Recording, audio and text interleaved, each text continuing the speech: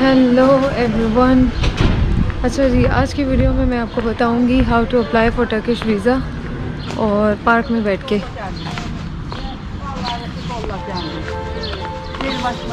ये है घर के सामने वाली पार्क।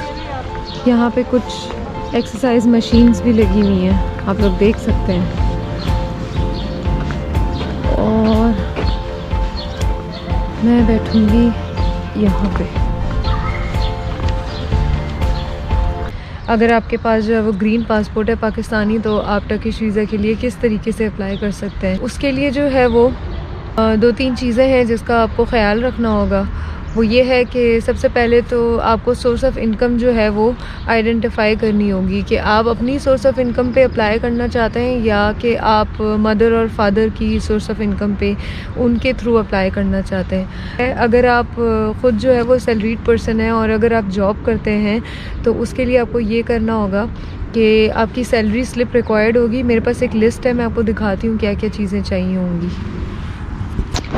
ये सबसे पहले जो है आपको सैलरी स्लिप आपकी ख़ुद की चाहिए होगी जो कि अटेस्टेड होनी चाहिए। उसके बाद जो है वो आपको एम्प्लॉयमेंट लेटर चाहिए होगा कंपनी से। उसके अलावा आपको अपनी बैंक स्टेटमेंट चाहिए होगी। बैंक स्टेटमेंट तकरीबन जो है 7 से 8 लाख की हो तो ज़बरदस्त है। अगर आप जो है वो 25 डेज़ के लिए अप्लाई करें, अगर आप कम डेज़ के लिए करें तो मेरे ख़्याल से 4 से 5 लाख भी ठीक है। अच्छा, उसके अलावा जो है वो आपको अकाउंट मेंटेनेंस लेटर चाहिए होगा, वैल्यू सर्टिफिकेट चाहिए होगा, फ़्लाइट रिजर्वेशन चाहिए होगी, पासपोर्ट चाहिए होगा, होटल रिजर्वेशन।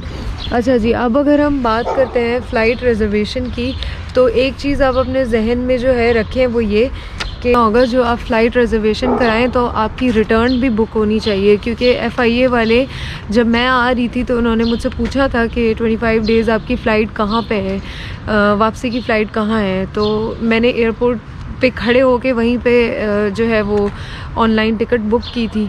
आपकी होटल रिजर्वेशन की अगर हम बात करें तो होटल रिजर्वेशन में ये है कि प्रॉपर जो आपकी डेट्स हैं, कोशिश करें कि आप कवर लेटर में मेंशन ना करें ज़्यादा सिटीज़, वो बड़ा कंफ्यूजन हो जाता है।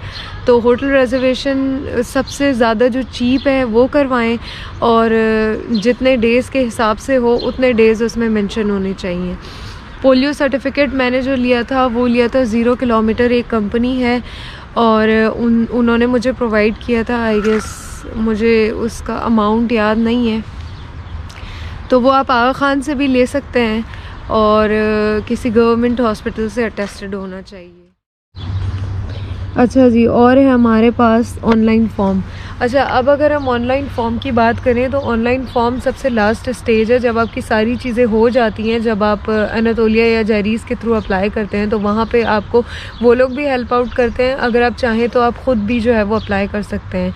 वो ज़्यादा मुश्किल नहीं है, उसमें चीज़ें फ़िल आउट करनी होती हैं कि आपकी डेट कहाँ से कहाँ तक है, आपका स्टे कहाँ पर होगा, पासपोर्ट नंबर डालना होता है, ये सारी चीज़ें होती हैं। तो वो आप ख़ुद भी कर सकते हैं। और सबसे ज़्यादा इम्पॉर्टेंट चीज़ जो मैं बताना भूल गई, आपकी बायोमेट्रिक पिक्चर्स भी चाहिए होती हैं जो वाइट बैकग्राउंड के साथ होनी चाहिए। और दूसरा ये कि मतलब पिक्चर्स ऐसी हों कि आपके बाल पूरे टाइड हों, कान और फेस वगैरह सब चीज़ें नज़र आनी चाहिए, ठीक है। उसके अलावा आ जाता है ट्रैवल इंश्योरेंस।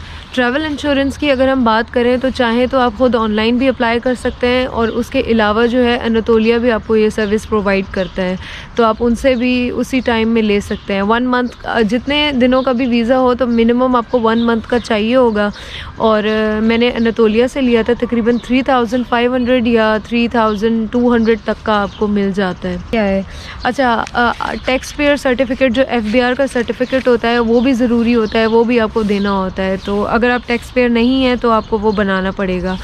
उसके अलावा जो है वो आपको FRC चाहिए होगा, फैमिली रजिस्ट्रेशन सर्टिफिकेट, वो आपको नादरा से मिलेगा। अगर आप चाहें तो नादरा की वेबसाइट से आपको ऑनलाइन भी मिल जाएगा और वो 1000 रुपीज़ का होता है।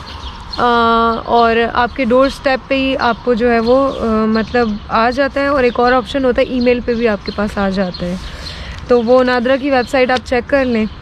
अच्छा, डिस्क्रिप्शन में मैं सारी जितनी भी वेबसाइट्स चाहिए होंगी, जैसे नादरा की हो गई और HS कोड के लिए चाहिए अनातोलिया की, ये सारी मैं मेंशन कर दूंगी, तो आप उसमें चेक कर लीजिएगा।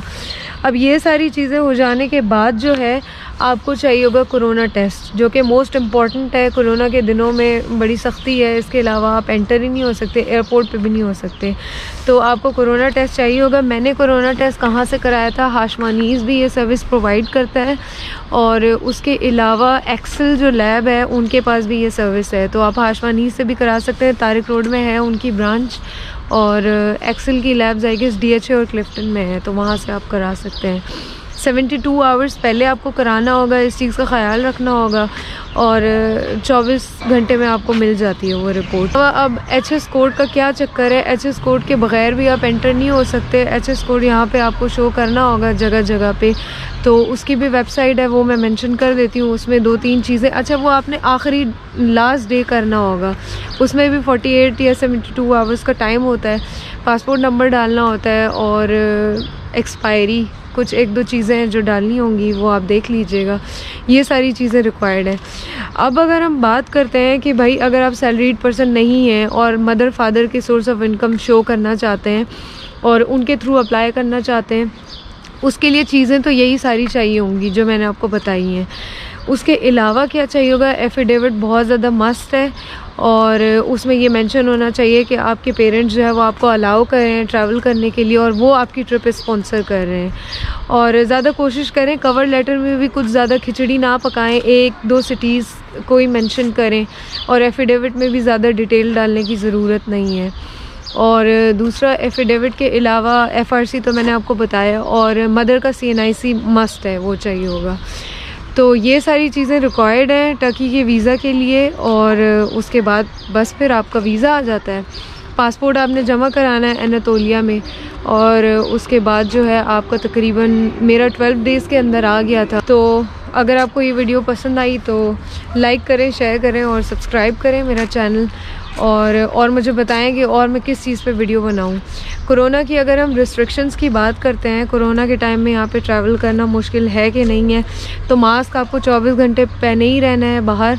टूरिस्ट्स को ये लोग अलाउ कर रहे हैं, प्लेसेस जो है वो ओपन है, आप लोग आराम से विज़िट कर सकते हैं, और 5 बजे जो है वो सब चीज़ें बंद हो जाती हैं। डाइन इन डाइन आउट का सीन जो है वो ऑफ़ है, वो आप नहीं कर सकते, आप टेक अवे कर सकते हैं। तो थैंक यू सो मच। अगली वीडियो किसी और नए टॉपिक पे, अपना ख्याल रखिएगा। अल्लाह हाफ़िज़।